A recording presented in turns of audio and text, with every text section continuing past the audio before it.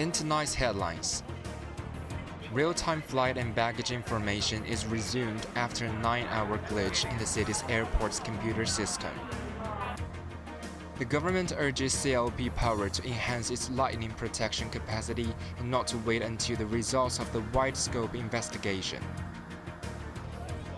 And passengers at an UK airport also suffer from flight delays and cancellations due to a major power outage.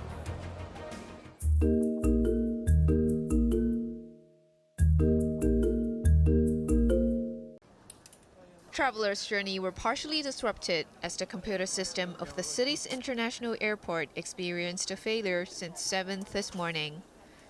It has caused passengers to be unable to check for real-time flight status from the display screen in the departure hall, as well as the airport's website and app. I'm glad I decided to arrive early, as it felt a bit chaotic, this woman reviewed. This group of citizens admitted that the incident caused slight disruption to their journey, but they were not too worried about a possible flight delay. There's not much we can do, the lady added. Dozens of people who wish to obtain the latest updates of their flights gathered at a counter in the restricted area, as flight information was handwritten on whiteboards.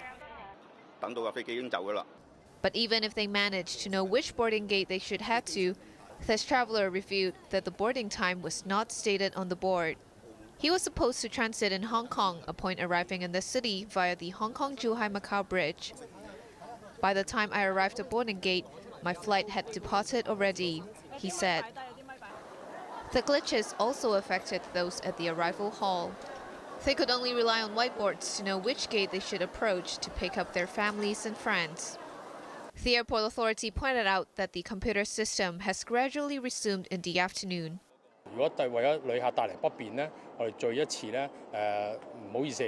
Executive Director of Airport Operations Stephen Yu apologized for the inconvenience caused, saying that among the 360 flights the airport had handled during 7 a.m. to 3 p.m., none of them were cancelled despite some delay. Well, there is no hacking activity we've identified so far, so it is not a hacking activity. In terms of maintenance, it's mainly maintained and operated by our own in-house personnel. He added that the authority would carry out follow-up checking later. Writing on social media, Transport Minister Lam Sai-hong said he is very concerned about the incident. He has ordered the airport authority to probe into the matter and submit a report to the Bureau. Janice Low, Cable News.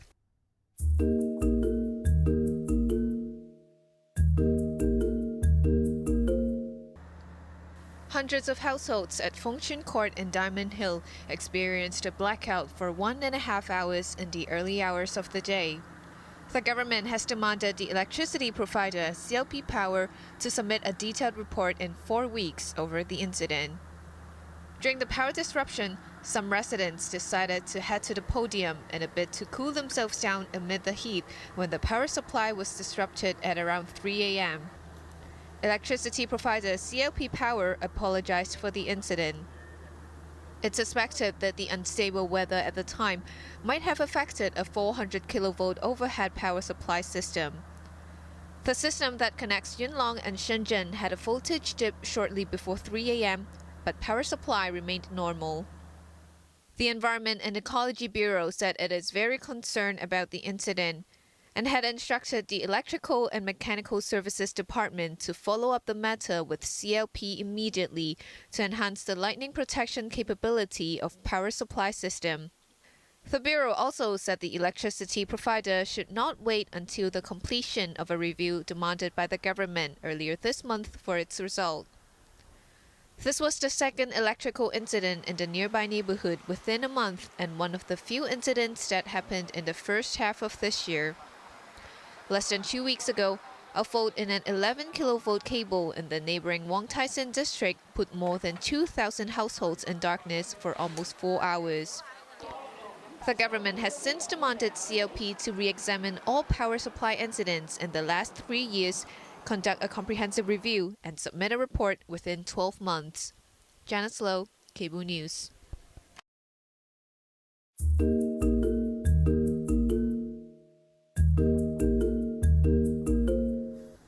A recent study found that most citizens think public hospitals should not adjust its medical fees.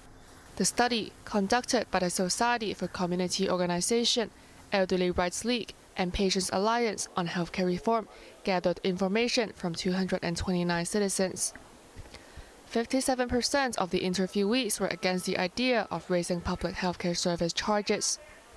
53 of them agreed to bear an increase of no more than 1%. 65% of interviewees are unaware that those who are not funded by Social Security assistance are eligible for having their medical charges waived. About 40% of interviewees are not satisfied by the current waiving scheme requirements and hopes the authorities can take grassroots citizens' financial status into consideration. 到時更加會因為個私營收費昂貴咧，就唔去睇私家嘅。Tim Pan, community organizer of Society for Community Organization, says raising public medical prices would cause private healthcare rates to soar as well as a result of inflation. He warns such an adjustment may cause backlash and citizens would then flock to public healthcare services. The government said earlier this year that it is reviewing the public healthcare service charges. One of the options is to raise the emergency fees at public hospitals for non-emergency and less urgent patients in order to deter citizens from abusing the services. The initial adjustment plan is expected to be announced sometime this year.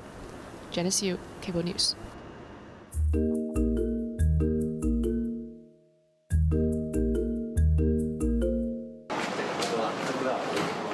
A 59-year-old man was arrested for murder after beating his girlfriend to death yesterday. The man charged to the 56-year-old woman's flat in Wah Min House on Wasam Estate in Fan Ling on Friday when he suspected her of stealing his identity card. The pair's quarrel later escalated into a heated argument when a man struck his girlfriend in the head, leaving her unconscious at the scene. It was not until about 5 p.m. yesterday when the man returned to his girlfriend's flat and found her still lying on the floor and alerted the police. Paramedics arrived 10 minutes later and found the woman covered in bruises. She was later declared dead at the scene. Police officers said no wounds caused by sharp objects were observed, but the cause of death still needed further forensic examination to determine.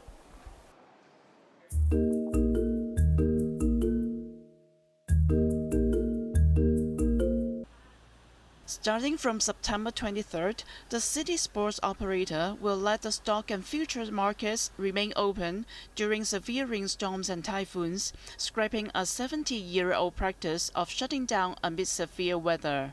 我哋需要嘅係成個市場係同我哋同行。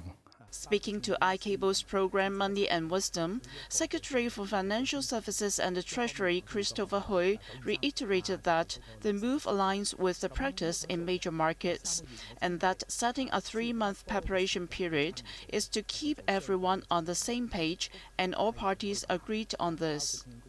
Without a clear goal, we would not be able to achieve the results that we hope for, said Hui. The Treasury Secretary added that one of the considerations to keep the markets open during adverse weather is to ensure the smooth operation of the Stock Connect system between the city and the 2 mainland borders.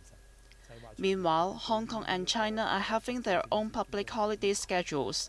When asked if the local markets should keep trading during public holidays in the future, Hui said holidays are known in advance, whereas weather is unpredictable. Therefore, treatments in both cases should not be generalized.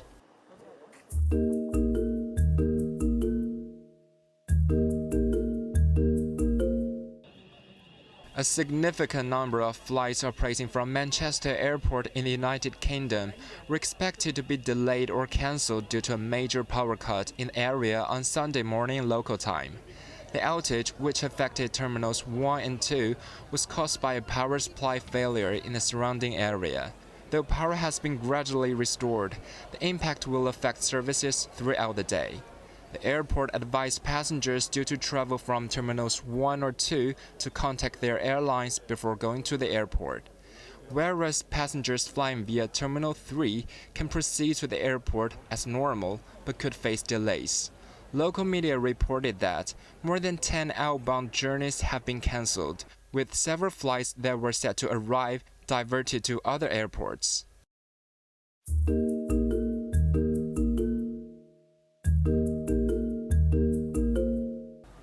The Egyptian government is set to ban the operation of 16 travel agencies for illegally sending unregistered pilgrims on Hajj trips to Saudi Arabia, which has caused hundreds of deaths. Prime Minister Mustafa Madbouli ordered the revocation of licenses for these agencies and the prosecution of involved persons and entities on Saturday. The crackdown on these travel agencies stems from their failure to provide adequate support to pilgrims. The companies were accused of arranging Hajj trips using personal visit visas instead of official Hajj visas, which prevented pilgrims from accessing medical services provided by Saudi Arabia for Hajj participants. These agencies also allegedly failed to arrange proper accommodation for the pilgrims. At least 530 Egyptian pilgrims died, with 31 deaths due to chronic diseases during their performance of Hajj over the past week under the extreme heat waves in Mecca. The temperatures there at times hit 51 degrees Celsius. Quentin Yang, Cable News.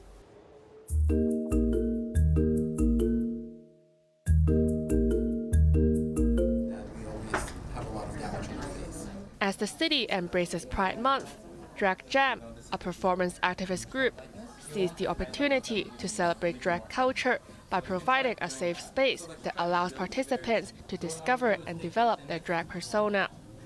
Drag, an art form that has been existing since the 16th century, was first introduced in Shakespeare's theatre plays, where actors would wear clothes and put on makeup of the opposite sex. Nowadays, drag culture is much more than just entertainment. It can be treated as a fun way for people to explore their gender identity and get to know themselves better, even if they're not transgender or non-binary. Challenging gender and social norms, drag is a form of creative expression that amplifies minoritized voices and emotions from the queer community. At this workshop, participants get to experience drag firsthand by trying on makeup and extravagant clothing.